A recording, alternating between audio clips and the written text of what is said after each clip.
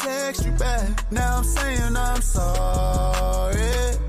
Put me in the spell and you drove me crazy. Now I'm going retarded. You don't judge me, you don't hate me, you don't play me, you just leave. So I call you my goddess. Hey. What's up, family? What's up, family? I know it's a little late tonight, you know. Hope everybody had a good day, you know, or is having a good day or good night or whatever. Tonight, I'm just going to basically get into some things on Israel. So without wasting too much time, you know what I do. I get straight to it, you know, waste no time.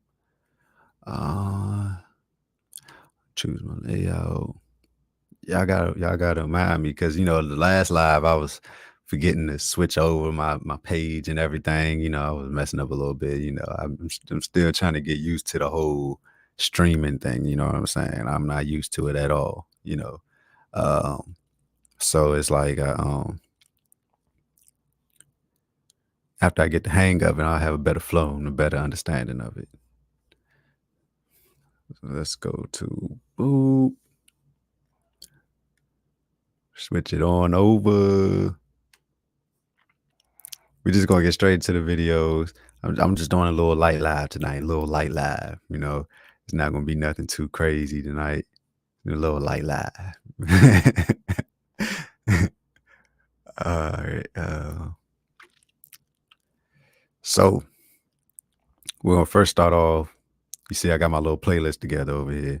First, we're gonna start off with the geography of Israel, basically all the issues with the land first in Israel, and then we're gonna work our way down. So let's get into it. This video was made using insights from vidIQ. Stick around after the video to find out how we used vidIQ as our secret YouTube weapon while making it. Israel is a relatively new nation that's rife with conflict. Tens of thousands of people have died as a direct result of Israel's creation. Millions have been displaced, leading to uprisings and violence. Terrorist organizations are gaining more and more support to reclaim the Holy Land and what once belonged to the Arab people. The location and landscape of Israel have led to many of these problems. And when we break the country down into its different regions, one thing becomes clear. The geography of Israel sucks. And it's the main reason why this part of the world may never find peace. The state of Israel sits on the Mediterranean Sea, with Lebanon and Syria to its north.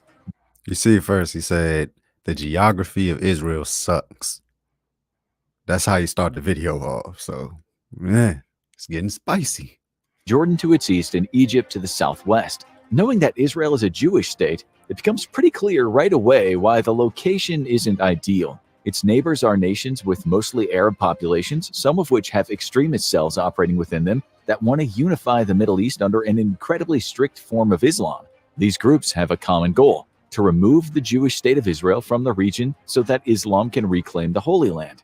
Let's be clear, the vast majority of people who are Muslim want peace and have no problem living in a diverse world where different views and cultures are accepted. The extremist organizations that want to destroy Israel are not representative of the Muslim population as a whole. That being said, there are many Arab people, especially Palestinians, that have been forced from their homeland by Israel, and they do hold a grudge against the Jewish state. And as we'll see, rightfully so. There have been conflicts within the region ever since Israel first became a nation in the 1940s. Before we can examine the intricacies of why the geographic location of Israel has put it in a very precarious position, we need to better understand what the geography is like within the country itself. Israel is a small nation. From north to south, it spans around 290 miles, or 470 kilometers. And from east to west, the nation's only about 85 miles, or 135 kilometers wide. This makes Israel around the size of New Jersey in the US. The country's size wouldn't be such a problem if it sat on fertile land or in an area with a large amount of natural resources. Unfortunately, Israel doesn't have either of these things. Only around 20% of the land in Israel can grow crops. Although Israeli farmers and agriculture... Only 20% of the land can grow crops. That little percentage.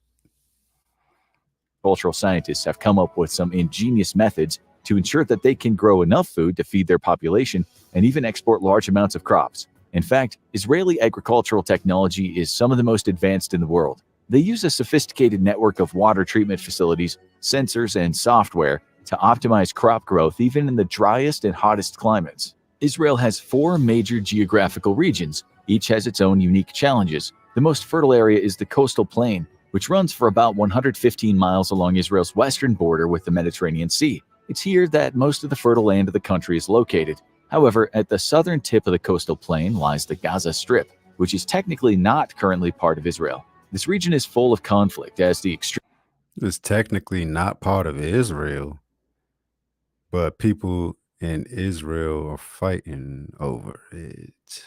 Okay. That's interesting. That's interesting. extremist group Hamas is currently in control of Gaza and continually finds ways to terrorize Israel and its citizens. This conflict is ongoing, but it has roots dating back to the conception of the Israeli nation. What this means is that part of the geographical region that is most fertile in Israel is also one of the most dangerous in the country. Also, Israel can't take advantage of the fertile land in Gaza. So the Gaza Strip is the most fertile where the most crops can grow at. So they're fighting over this strip, this little small strip. They're fighting over it, and it's the place where most crops can grow because only 20% of the whole country is able to grow crops. The rest of it can't grow crops. Which reduces the amount of farming they can do along their coast. And when your country has only a strip of fertile land that's around 100 miles long, you want to take advantage of every inch of it. A lot of the coastal plain is used for growing citrus and wine due to the region's warm, humid climate. It's no surprise that Tel Aviv, the largest city in Israel, is located along the coastal plains. This region is also where the country's densest population is found.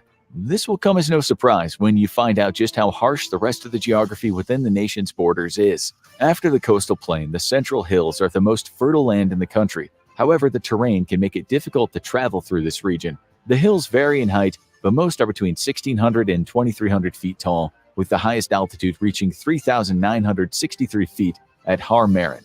However, it's the valleys in this part of the country that tend to be the most hospitable. Unfortunately, conflict still exists in much of the region as significant amounts of the territory are in Palestine. This is one of the most complicated geographical regions in the world, and it sits at the heart of why Israel finds itself constantly battling to maintain control of certain parts of their land. I'm sorry for pausing, but I gotta say this. So just how it's hard for them to go through Israel to get to that part, like where the Gaza Strip is and close to the shoreline where they can grow crops, it's just like that in Mexico. If you look into Mexico, more than half of the population lives in this small smidget of land in Mexico.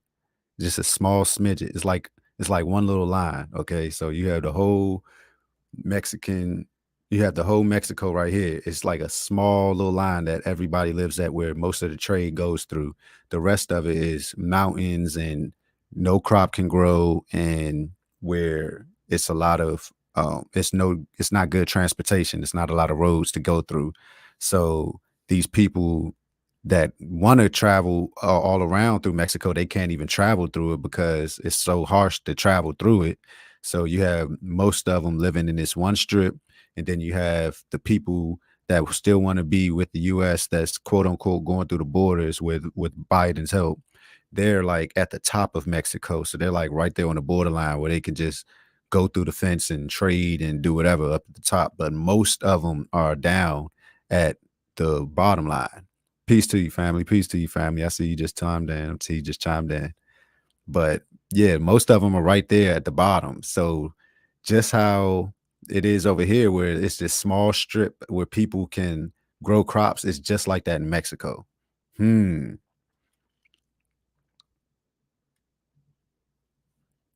The rest of the country is split into 2 almost completely inhospitable geographical regions. The first is the Jordan Rift Valley, which lies east of the Central Hills. There are some freshwater sources in the Rift Valley, such as the Jordan River and the Sea of Galilee. These vital water sources are highly contested by the area's populations and have forced many people to settle in a relatively small area. The other main body of water in this region is not useful at all, as its name would suggest. The Dead Sea sits within the borders of both Israel and Jordan. It's one of the most inhospitable environments on the entire planet due to its incredibly high saline content. Therefore, the very fact that this body of water, which can't be used for much, sits partially within the small country of Israel, is just another reason why its geography is not ideal. The Dead Sea has a salt content of around 10 times higher than the oceans. This means that its waters cannot support either plants or animals. Sun It obviously blood. also means the water is undrinkable. The only things Sí, güey, living that can muerte. utilize the waters of the Dead Sea are extremophiles, such as certain types of bacteria. Just south of the Dead Sea, the Rift Valley continues without any water flowing through it. Basically, much of this region of Israel is a deep crack with a parched landscape. The Rift Valley here is almost completely dry, with jagged rocks jutting out from the landscape and little vegetation. However, Israel's final geographic region is one of the main reasons the country's geography is so terrible. The Negev Desert is around 4,600 square miles, meaning it covers half of the total landmass of Israel. Think about that for a second.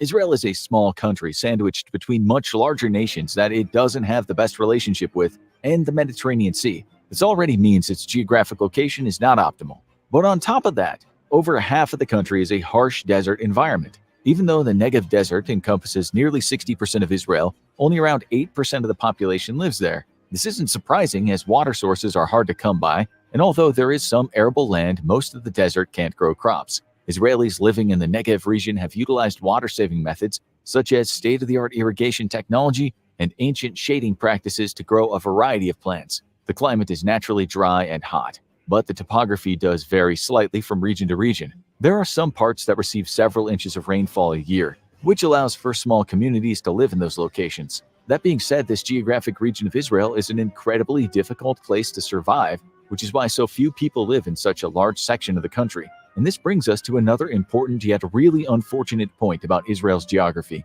Many Middle Eastern countries control oil supplies that bring in massive amounts of money to their economies. Unfortunately, Israel is not one of them. Back to that oil. Remember I was talking about that oil yesterday? Back to that oil. Access to the Mediterranean is vital for Israel. Importing goods such as grain is paramount for the population's survival. However, it's Israel's agricultural exports that bring in large amounts of money for the country. Israel's leading agricultural export is citrus fruits, which grow well on the coastal plains of the country. However, agriculture also plays another crucial role in the Israeli economy. The agriculture technology sector has made huge strides in growing crops sustainably, and their tech is being bought and used by countries around the world. The reason the agricultural sector in Israel is so advanced The technology is being bought around the world. Why? Because the crops is over there is harsh to live in, and they're making technology to help these crops grow, right? So if the rest of the world knows, yeah, over there they're living kind of rough and they're figuring out new ways to grow stuff. And the rest of the world is like, yeah, and we'll soon be in that same page. Of course, they're going to say, hey, over there where y'all barely can grow anything, we need to learn y'all technology and y'all roots because we eventually going to be like that. So now that's why we got more lab made fruits and vegetables now, and what you call hydroponic grows and things of that nature because they know what's to come. Just getting prepared for it. is out of necessity. The country's geography and climate make it a difficult place to grow a large number of crops, which has led to mass innovation around agricultural technology practices. Israel also exports other technologies and brings in money through its financial services. However, unlike other countries in the region, oil does not play a major role in Israel's economy. This is due to Israel's location and the lack of natural resources within its borders. The geography of Israel really sucks when you consider how hard it is to access the oil within its borders. Israel produces just under 6,000 barrels of oil. Yeah, like you said, it's bioengineered food, fake food that not fake fully, but it's food that's manipulated and not grown naturally, which is taking away some of the nutrient and the essence that fruit gives you. You know, some of that life and vitality that fruit gives you, they're taking it away, just like the vegetables and things of that nature. They're over there making wine. They're over there, they barely have oil, but they're still trying to dig and grab that oil, just like I told you what oil does to the environment yesterday. They're still up to that. So it's just showing you the future of what the world, how the world puts that press on you. You know, it's like, yeah, no real minerals in the food, and minerals come from the sun, which generates that. So you taking that down, trying to bioengineer food just so you can make it in this harsh environment that you made harsh. Israel, most likely, Israel wasn't like this for the whole extent that it's been around. It's been like this from them taking this oil from out of this earth, and it's causing havoc on their land, causing drought spells, causing carbon in the air to hold more heat in, to where now their crops and everything around is not being able to thrive anymore. So you taking that oil now, and all your land is going down. Think about it, where they said it's great to grow citrus fruits and stuff like that. That means that area is a good area to grow stuff. It's just you being over there messed it up from being able to grow all that stuff over there. A day, which is the second lowest out of any country that has access to oil. What they say? Barrels of oil a day, which is the second lowest out of any country that has access to oil. The only other nation in the world that produces fewer barrels than Israel is Morocco. The world needs to move away from fossil fuels in the near future if we're to avoid a climate crisis. Exactly. However, until this happens, oil is one of the most lucrative resources that any country can hold. Being a country in the Middle East without accessible oil reserves is really unfortunate for Israel, as it means they need to import fossil fuels from other countries. When Israel became a nation, there was little consideration for what resources were within its borders. When they import this oil into their area, they already are damaging their area trying to pull oil from it. Now you're going to import oil into here, so using all this machinery that's burning oil, messing your atmosphere up more. Yeah, in the coastal areas. So it's like you putting this stuff in the area and it's taking it down more. It's already hard to live and thrive in the area already. Now you're going to put some more pollutant over in the area. You just basically saying, forget your country living and existing. You just going to go somewhere else and buy something to help it live and exist. It's just you just making everything artificial on the way that life is supposed to proceed through, evolution. You're taking the whole evolution process away from the earth, and you're just trying to live in that minefield. It's not going to work, and you don't have long for it to work. You see, they over there fighting already over a little tiny strip. Imagine when that tiny strip is gone. They're going to be over next door, knocking at Jordan, trying to fight them next for a little bit of land, or going over to Egypt. You know what I mean? These people, they just don't get it. The earth is trying to show them signs of what they're doing to it, and they just don't get it. So since you don't get it, bye-bye. I mean, really. I think there was a lack of oil probably wouldn't have changed much, but it could have influenced certain decisions made in the future and allowed Israel to be less reliant on outside energy sources. Plus, having an excess supply of oil would only improve their economy, even if it is at the expense of our planet. Other than the harsh landscape. At the expense of our planet. You want that money so bad that you're willing to give the planet up for it. Ain't that something serious? Only improve their economy, even if it is at the expense of our planet. Other than the harsh landscape that is most of the country and a lack of resources, there is one other aspect of Israel's geography that not only sucks, but puts it in constant danger. Israel is a Jewish state surrounded by countries that are made up of mostly Muslim populations. There's nothing wrong with this, other than the fact that since its inception, Israel has either been at war or on the verge of war with its neighbors at one time or another. The location of Israel is one of the main reasons there's so much conflict in the country. To understand why the geographic location of Israel sucks so much, we need to go back to the beginning. Archaeological evidence suggests the city of Jerusalem was settled around 3500 BCE. If we're to believe the events in the Bible, this city was conquered by King David, who made it the capital of the Jewish kingdom around 1000. Conquered by King David? So that means it originally wasn't your land to begin with. So you conquered it and created this whole ideology of a Jewish kingdom. Okay. I wonder who you took it from. In BCE. There is archaeological and historical evidence to corroborate the story, but it's what happens next that explains why Israel and the surrounding area are constantly at odds with each other. Around 586 BCE, the Babylonians conquered Jerusalem and cast the Jews out of what they considered the Holy Land. The region changed hands over the next several hundred years, from rulers such as Alexander the Great to the Romans to the Arabs. According to historical and religious accounts, in 30 CE, Jesus Christ was crucified just outside the city of Jerusalem. Then in 632 CE, Muhammad died, and in the Islamic faith, it's believed he ascended to heaven from Jerusalem. So as you can see, this region of the world is incredibly important for three main Western religions. This means that everyone wanted to They all won. That eukaryotic cell is all one.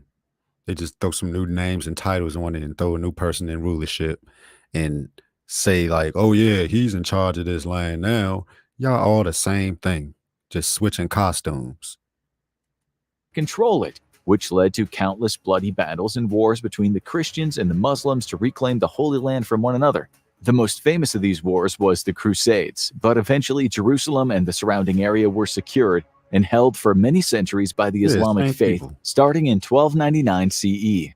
Fast forward to the end of the 19th century, a movement called Zionism was started by Theodor Herzl, which called for a Jewish state in which the Jewish people could make their home and be free from persecution. When the Ottoman Empire collapsed at the end of World War I, Britain gained control of part of the Middle East, including Jerusalem and what would later become Israel. The area around the Holy Land was called British Palestine, and at the time, most of the population was Muslim. After Britain colonized the region, a large number of Jewish people living in Britain and its territories started to move back to the Holy Land. See, all these people are coming from somewhere else, coming to the quote unquote Holy Land. That means this land don't belong to none of y'all. All y'all came from somewhere else to get on this land because you've seen the gold mine in this land, or not even just this land alone, the whole area, the whole Middle Eastern. Like, first off, it don't make sense. Like, you got Africa right here that's full of indigenous people, right? Then you got this small land on the side of Africa that's just a whole bunch of people that they quote unquote call African as well, but they look totally different from everybody down around there. So how'd they get right there? And when they travel down there, they don't look like the people in Africa. When I see people in Africa living in their villages, I see them shirtless, walking around, chilling, throwing some water on their face, chilling in the safari under the sunlight. When I go see them over there, they got capes and tarps and bed sheets over their body. Not to be funny, but it's serious. They cover up to hide from the environment that they're supposed to be originally from. This is not your environment. If this was your environment, you could be ass naked for real. You could just be walking around chilling like Tarzan out there, but you can't because you'll die. Where in these parts of the land is the most, what you quote unquote call cancer is killing them the fastest in these parts of the land, because this is part of the land where they stole and they're trying to act like this their land. Just like down in South Africa, it's the same thing. High rates of cancer and people down there that don't look like they're supposed to be down there. As more and more Jewish people settled in the area, violence broke out between them and the Arab populations who'd been living there for the past several hundred years. Britain tried to stop more Jewish people from moving to the area, but it was too late. The populations already there formed militias to fight the Arabs and try to overthrow British rule. Then, in 1947, as a result of the escalating violence and destruction in the region, the United Nations decided that the land should be divided into two separate independent states. It was also agreed that Jerusalem would remain an international territory since so many different religions had ties to the city. The hope was that if the Jewish people got their own state and the Arab population gained independence from Britain, the fighting would cease. The geography of the region was carved in a somewhat equal way, and the new borders were proposed to both sides. The Jewish people agreed to the UN's proposal, while the Arabs in the surrounding areas saw this as just another form of European colonialism and rejected it. However, it didn't matter. Things had gone too far, and on May 14, 1948, Jewish Agency Chairman David Ben-Gurion proclaimed that the State of Israel was officially its own nation. That very night, as the Jewish people in their new country celebrated, fighting broke out across the region. The Jews continued to celebrate as they now controlled the first Jewish state in over 2,000 years. The fighting escalated into a full-blown war known as the Arab-Israel War. After 2 years of fighting, Israel defeated most of the Arab forces in the area. However, rather than just protecting its borders, Israel expanded into what the United Nations has designated as Palestine. The Israelis captured Jerusalem and even expanded further south toward Egypt. In creating its own geographic boundaries in the region, Israel displaced millions of Arab families, causing a massive refugee population that numbers around 7 million today. For the next 2 decades, the conflicts between Israel and the Islamic population surrounding them continued to break out. Then, in June of 1967, the Six-Day War began. Israel lashed out at the countries along its borders. Jewish forces launched a campaign into Egypt, Jordan, and Syria. They captured the Sinai Peninsula, Gaza Strip, and the West Bank. When the war concluded, Israel had nearly tripled its territory. The world watched as the relatively new nation of Israel secured more and more territory and continued to displace Arab populations. So we see how they get territory and how they get land out here. They don't just come indigenous from the land and just come from the cosmos onto the land and create the land. No, you see how they get land. They cock that pistol back and pop somebody in the head and they get some land. That's how they inherit land over there. Apparently, they go to war, kill some people that's innocent, and grab some land. That's how they do it. Just like they quote unquote did that over here in America. They come over, shoot some people up, and oh, look, we got some new land now. No, you don't have no new land. It's not your land. I don't care how many people you kill. I don't care how many people you scare off. It's not yours. It's still not yours. You can live on there and kill everything indigenous over there. It's still not your land. And the land will show you it's not your land, just as it's doing today. It will show you it's not your land. Its geographic location is one of the main reasons that the other powers felt like they needed to get involved. If Israel was taking over land that hadn't angered countries with huge oil reserves, they probably would have been left to expand their borders and relocate entire populations as they saw fit. However, this was not the case. Israel was destabilizing the region, and it was causing issues for countries that relied on fossil fuels coming out of the Middle East. Therefore, in 1978, Israel and Egypt were invited to sit down for peace talks in the United States, where Egypt President Anwar... See, look, you see how the big dad come over? If it's not the Uncle Britain coming over, it's the big dad, United States coming over. Say, hold up, you messing with our money now. We want y'all to, we put y'all over there to steal the resources from the planet over there so we can get some of these resources. You're supposed to be over there digging oil up and destroying the planet and passing it over to us so we could use it for something. Y'all over there fighting a little too much. Y'all need to get back to work. I don't care if y'all don't like each other, but y'all not messing my money up. So how about y'all come on over here? You sit down, we figure some things out, and everybody get happy again, man, and get back to work and making us money and killing the planet, because that's all we here for anyway. Sadat and Israeli Prime Minister Menachem Begin agreed upon the Camp David Accords. These talks would eventually lead to Israel returning the Sinai Peninsula to Egypt. It also began a gradual peace between Israel and most of its neighbors. This was what the US and many other world powers wanted. However, it was not what many in the Middle East wanted. It's interesting to theorize what would have happened if Israel was located in a less resource-rich area of the world. Suppose the UN had carved out a piece of land in Senegal for the Jewish people. This part of the planet has large amounts of oil and natural gas, but not to the extent of the Middle East. If Israel had been set up here and then began expanding its borders, it would have still upset the people already living in the region, but would countries such as the United States have cared? Probably not. Exactly. They probably wouldn't have cared. If they resources that you steal from the planet wasn't there, they probably wouldn't care what go on. They let them kill each other and let each other go extinct. They don't care about them people. They don't care about each other. They don't care about themselves. Why would they care about a person that's one of their descendants that they pushed off into a place that's not even designed for them so they could go work? Why would they care about that person? They sent you over there to die anyway, as long as you working until you die. They push you into an environment that you can't thrive in just so you could get some things that they wanted. Why would they care if y'all over there killing each other if that stuff that they need isn't over there? It's a joke. And even though this is incredibly messed up, it's also likely true. This brings us to another reason why Israel's geography sucks. Its surrounding neighbors have power due to their oil reserves, and therefore Israel will always have international pressure placed on it to make concessions to appease the oil-rich nations. Don't get us wrong, we're not saying that the wars Israel started and the land they claimed as a result were justified. In fact, one of the main reasons why Israel and the surrounding region are such a big mess is because of the wars and policies that Israel started. Both sides have pursued questionable tactics to claim what they believe is rightfully theirs, and it does not seem like that'll all change anytime soon. Even in a hypothetical scenario where Israel was located somewhere else, it's not clear if the Jewish community would have accepted it. One of the main draws for the Jews was that the location of their new state was to be established in their ancestral homelands and located near the holy city of Jerusalem. If the United Nations had carved out a piece of sub-Saharan Africa and given it to the Jewish people, they probably wouldn't have accepted it. As Israel declared war on its neighbors and continued to persecute the Muslim populations within its borders, a group called the Palestine Liberation Organization was formed. Their goal was to reclaim all of what was once British Palestine for the Arab people. The group often used terrorist tactics to try to weaken the Israeli government. At the same time, Jewish citizens of Israel began to move further west into what was supposed to be Palestine. They created new settlements by forcing Arab families who had lived there for generations off their land and building fortified neighborhoods protected by Israeli soldiers. By using these settlements to divide the lands of the region even further, Israel made it harder for Palestine to even become an independent state. The crazy part is that many Israeli settlements in the West Bank are considered illegal by the international community.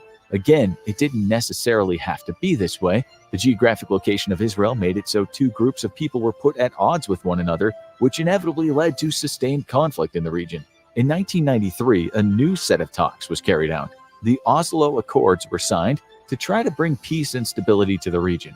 The Oslo Accords allowed Palestine to govern itself in certain areas of the West Bank. However, it was so unpopular with many Israeli citizens that it led to the assassination of Israeli Prime Minister Yitzhak Rabin by an extremist sect of Jews in his own country. This series of events showed how there were factions on both sides of the conflict that would stop at nothing until the other was completely destroyed. The insane thing here is that both the Jewish and the Muslim people are fighting over a location where they share a lot of joint history. The Jewish God and the Muslim God are the same entity. Almost every story in the same entity, same people. The same people that hate each other. Torah is in the Quran.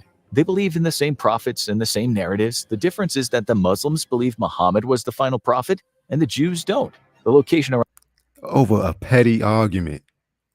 That's worse than dudes sitting on the block ready to shoot each other up over sports. That's worse than that. Like, you like, yeah, he the last one. And you're like, no, he's not. It's way more after him. Well, you willing to die about that? Yeah, I'm willing to die about that belief. All right, let's go then.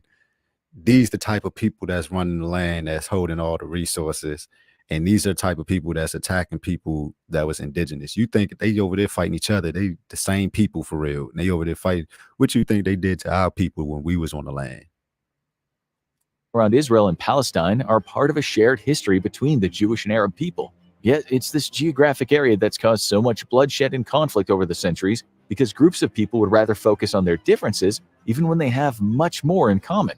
Between 2000 and 2005, what's known as the Second Intifada occurred in Israel. This was the result of Palestinians who had been oppressed by the Israeli government rising up and carrying out acts of violence across the region. Around 1,000 Israelis and 3,200 Palestinians were killed in the conflict. This prompted large walls to be built throughout the area to control the movements of Palestinians, as the Israelis no longer believed any sort of peace could be reached. As the fighting raged on, some countries recognized Palestine as its own state, while others did not. It seems as if no one can decide on the political geography of the region. The geographical makeup of Israel and Palestine is made even more convoluted by the fact that the Gaza Strip is considered by many to be a part of Palestine, even though it is in a sort of limbo controlled by the extremist group Hamas. They claim Gaza is unaffiliated with either Israel or Palestine. Nonetheless, Israel has tightened its grip on the region around the Gaza Strip, strangling the area to make sure resources cannot reach the terrorist organization. However, this is also causing horrible consequences for the population of innocent people, both Jewish and Muslim, living in Gaza. Even after decades of conflict and peace talks, nothing has really changed in Israel, and that's because you can't change geography. The location of the holy sites for both Jews and Muslims cannot be changed. The fact that both populations share an ancestral homeland in the region cannot be changed. The resources they don't stop saying ancestral homeland. That's like really ticking a nerve in me. They keep saying ancestral homeland. This is not their homeland. This is not no ancestry here. All y'all is from, I don't even know where y'all from, really, to be honest with you. But your people that you came from are all in the northern hemisphere. They're all up there in Britain, Russia, and all that. Y'all not from down here? Stop saying ancestral homeland. You don't have no homeland nowhere. Really, though. Like, that's just, it does something to me. Like, y'all know y'all stole the land. and lack of resources in the area cannot be changed. This is because the geography of Israel cannot be changed. And that's why it sucks so much if we want peace in the future. Ever wondered how we decide what to make videos about? We're going to let you in on a little secret. It's vidIQ. Exactly. They migrated. This is not your homeland. That's pretty much the end of the video. But yeah, man, you keep saying it's the ancestral homeland. What you mean ancestral homeland? This is not yours. You can't even survive here. Like I said, y'all walking around with sheets, blankets, bathrobes, washcloths on your head. Y'all got sombreros out there. Y'all got everything out there to hide from the environment. But this your homeland. Come on now. This is not yours.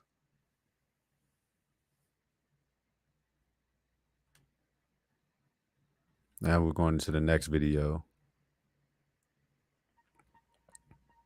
Yeah, the Middle East is still part of what you would call Africa. And I don't know about anybody else, but only people I see thriving in Africa is people that look like me.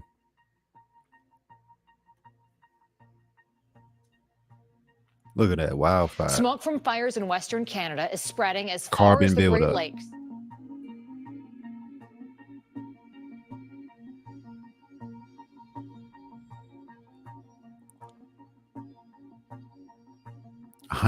It is degrees. miserable being outside unless you're in the water somehow.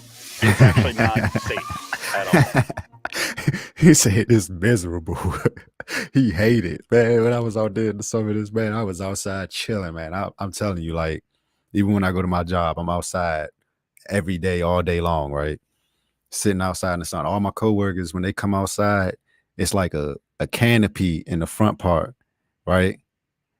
And yeah, they walking around with umbrellas and all that. That's what I was about to just say. It was a canopy with like the cover up over top of it that leads down to the steps.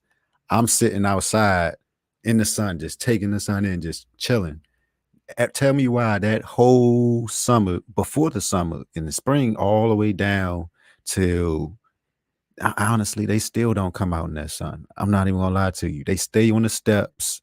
They stay up under the canopy if they're out there, and they only stay out there under the canopy, not even direct sunlight. They stay in indirect sunlight for only about 10 minutes max, and then they go back in.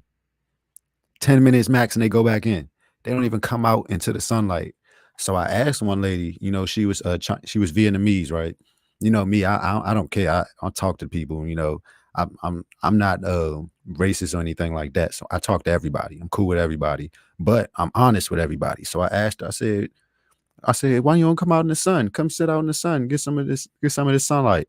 She was like, oh no, it burns my face. It puts dark spots all over my skin. I get like spots and all that. So in my head, I'm like, monkeypox. I don't know.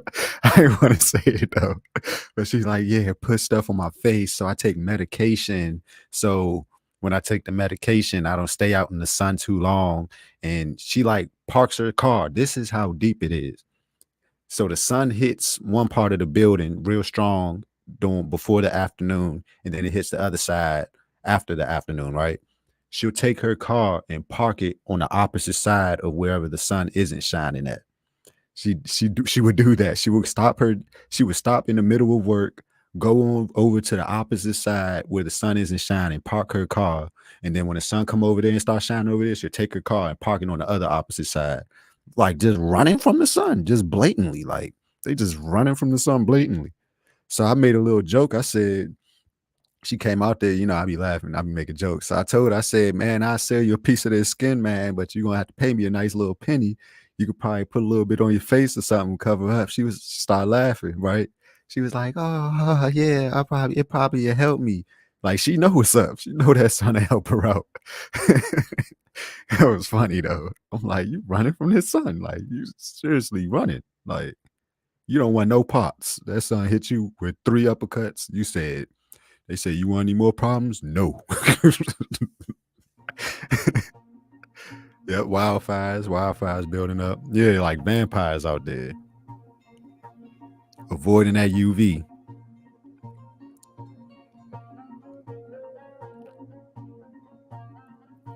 See? Wildfires going crazy.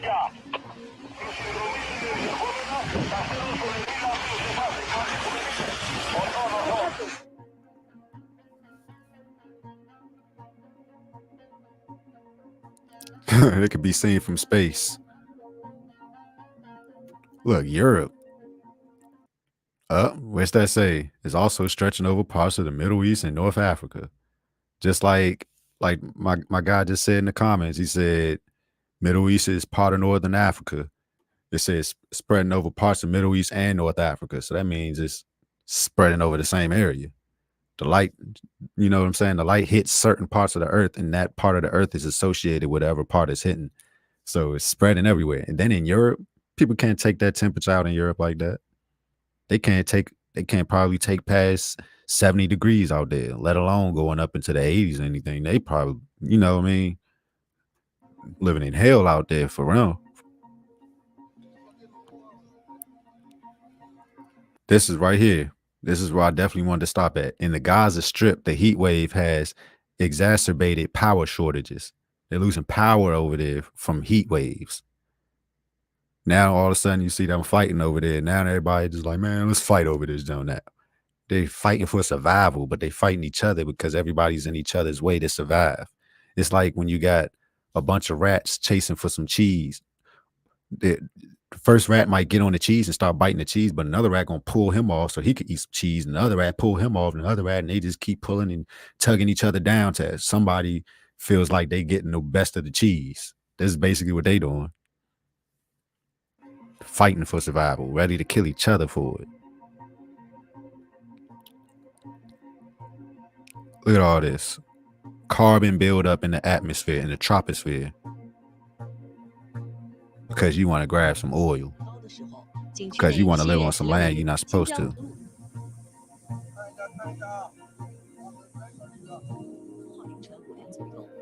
That's what happens when you take something that ain't yours. They say karma is a bitch. I say karma is justice. Karma is the savior.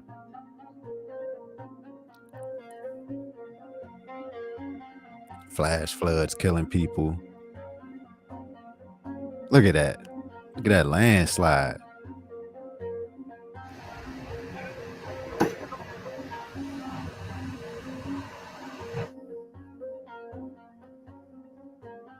Yeah, more intense heat waves. We're in the early phases of this heat wave with forecasts that are not very pretty. It will continue. Look at that. And it will continue for some time. You have to reverse it. You have to do climate repair to change it. You don't have to do climate repair. You got to get up out of there. That's the repair you got to do, is step on out the way or listen to the people that's land it belongs to. They probably know something that you probably don't know. They probably know something you probably don't know. So yeah, this is the catastrophic floods. I want to hit on this one because I don't want to be too long on here. So I'm gonna hit on this one and then we be out.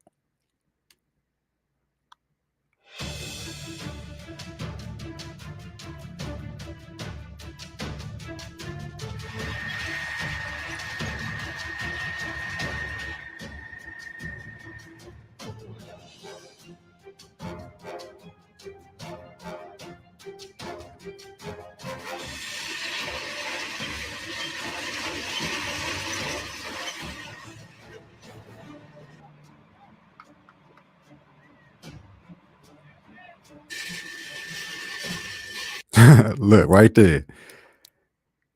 The New York Times reported said that Israel's op was postponed due to adverse weather conditions. This weather stopping them from even being able to fight with each other. They can't even square up with somebody. They will catch a heat stroke out there. They can't even load their weapons up. They might pass out before they shoot the gun. They load it, click clack, and then pass out. Ugh. Hey, worse than an old person going to the military. Like the weather is not playing with you. The earth is not playing with you. You can't be doing what you're doing no more. It don't care what you talking about. It don't care how thirsty you are to survive. You coming out here thinking you just about to blow and shoot some stuff up. Get out of here.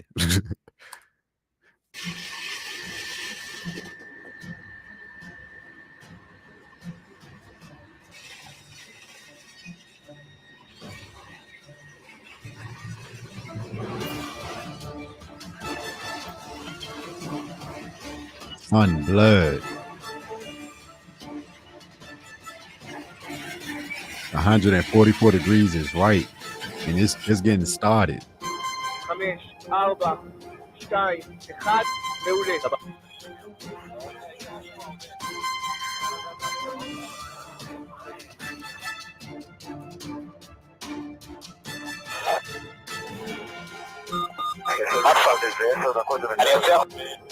What's crazy about all this, they wouldn't be able to even fight without technology. They wouldn't be able to do none of this without technology. Let them go out there and think they trying to fight themselves. They wouldn't last. Just because of nature alone, they wouldn't last.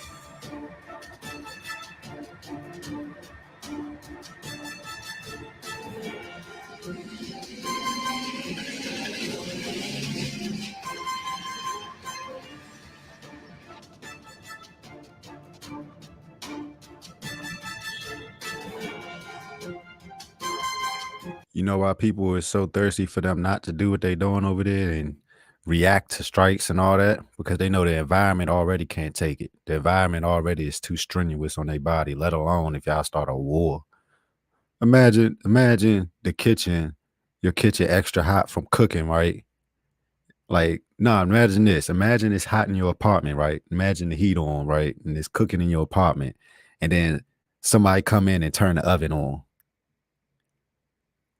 Yeah, like imagine coming in the house, it's extra hot in there, the heat on, the furnace on, you can't turn it off, right? The heat just on. You burn it up in there, somebody coming in and start cooking. You're gonna be like, man, if you don't turn that oven off, like, man, we hungry, man. I gotta eat, man. You better eat something cold. You better go eat outside. You better go cook somewhere else. You better get some fast food if you want some hot food.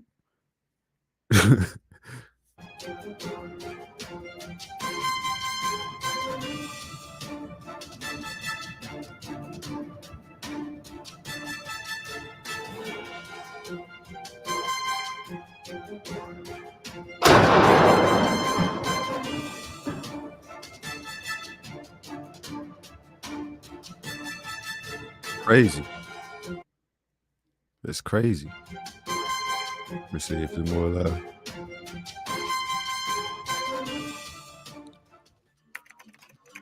Yeah, that's crazy what's going on over there, man. This is the beginning. This is just the beginning, right? This is the start of what you would call the reset, the shift, where nothing that these people are doing is going to matter. They're going bye-bye regardless. Okay? They're going bye-bye, or it's either get down or lay down. There's none of that, oh, fight for it this way, or I'm going to fight for it this way, or we could survive if we get enough of this and move around and do this. You still got the same mindset. You won't survive. With that mindset and the way you treating the planet that you surviving on, you're not surviving. The planet don't want you here, so you ain't gonna be here. The karma will come and cleanse the land. These people running around thinking that they can just do whatever. Oh, I could run over here, shoot these people up, take their land, run it, have my own thing going on over here, and act cocky and say it's ancestral homeland. I feel like I can go over there and take these people kids and teach them to work for me, and the way I want them to work for me, and the way I want them to work for me is taking the resources from the land and not giving nothing back to the land.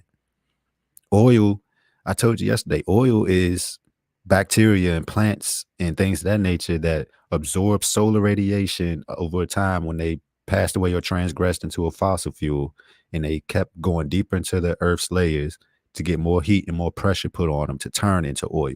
So you basically, when you're taking this oil, you're taking a decomposed creature from nature to fuel whatever you got going on to cause more havoc on earth. And it just so happens that the stuff that you're using that you can't get away from will be your dome. It'll be the reason that you won't exist no more. Okay, all this carbon building up into the atmosphere, into the troposphere, is not going to look good for you guys. Us, yes, it'll be uncomfortable. Okay, some of us won't make it because all of us aren't in the best of shape and the best of health. Okay, but a lot of us will adapt, just like we adapted to quote unquote slavery, just like we adapted to the system, the new slavery we're living in now, just like we adapted to extreme cold weather, just like we adapt to anything. We adapt to the hood. You know what I'm saying? People who live in the hood their whole life. We live in baby Middle Eastern countries our whole life, where the same people that's just like you is trying to fight you. You know what I mean? we the same people that's trying to fight each other, and we're still coexisting. We're figuring out how to live in the world, right? We adapt to it. And this is the way that they put us in. They put us in this predicament and give us no crumbs. We ain't even got no oil we can go sell and just it still be up a little bit. We ain't got nothing. They took the land from us, and they took everything from us, even each other. They took us from each other. We can't even turn around and go to a person that look like you and say, "Hey, how you doing?" without the person looking at you like, "Man, I don't know you. Who is you? What you trying to rob me or something?" We can't even do that no more. These people have basically separated everything in nature possible just so they can gain the planet. They knew that if they fought the planet while it was together, imagine them trying to fight all of us together with no machinery, no nothing. Imagine hand-to-hand combat. They just come into indigenous land and try to take it over. That ain't gonna go far for them. They had to separate everything in nature. They had to separate us from each other, separate us from nature, separate nature from nature.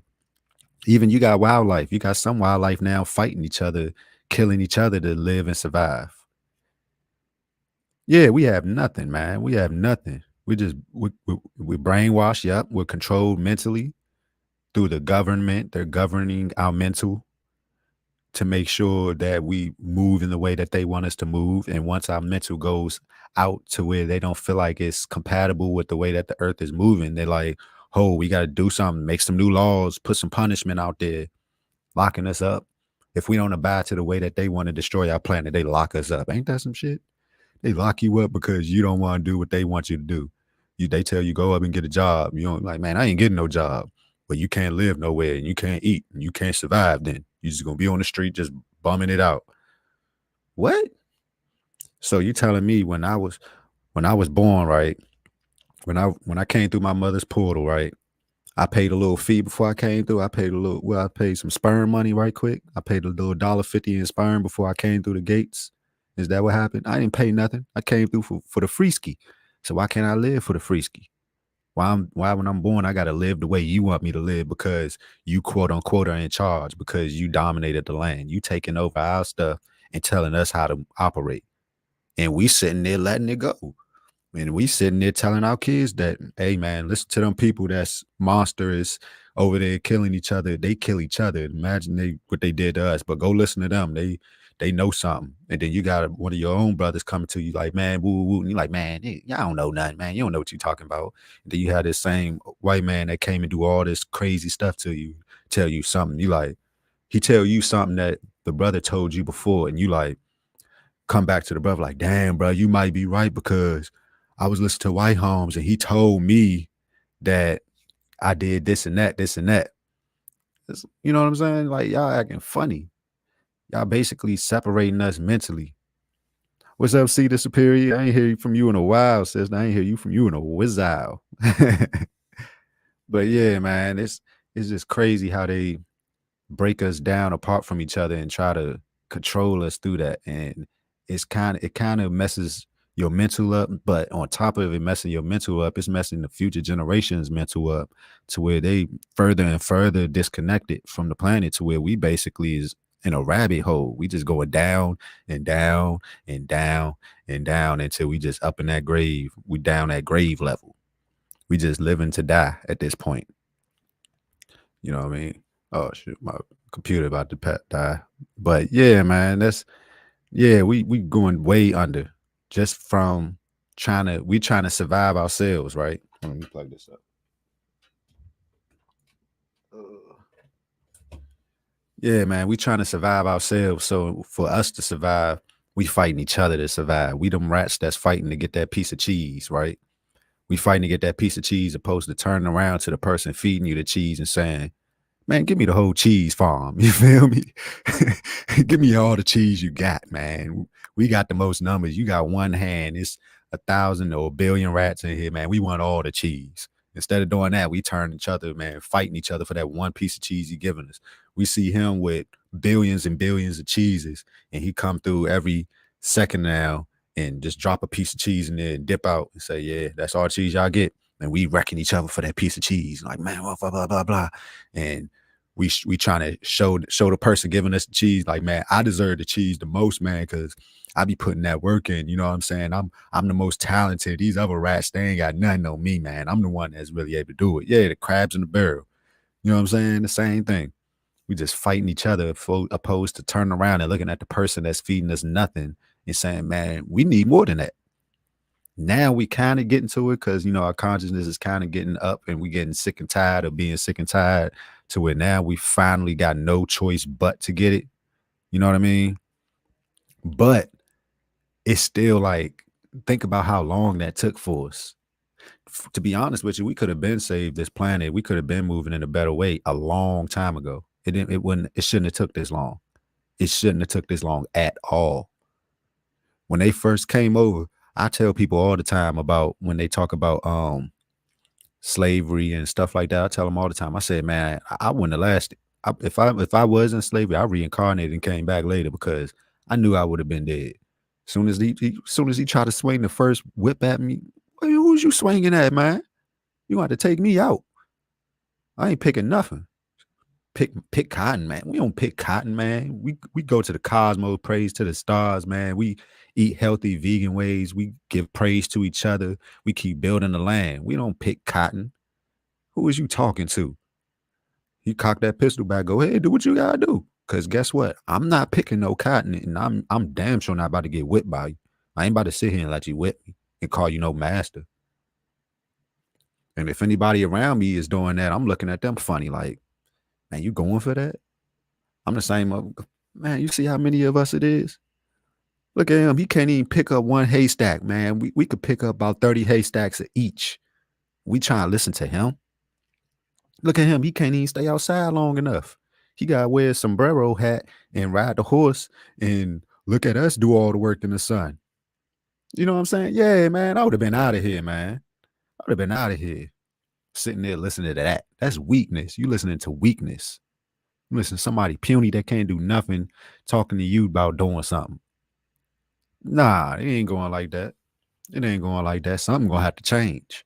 So that's why I feel like we already let it go too far. The fact that our parents of our parents of our parents of our parents of our parents keep going, didn't get this situated in the first step. It's making our job, even though, yeah, we're getting more consciously aware, we're getting more active, we're getting more thoughts and getting into line better. But at the same time, you don't let it get this far ahead, man. It's hard for it to turn back around and for us to fix everything just in the last second.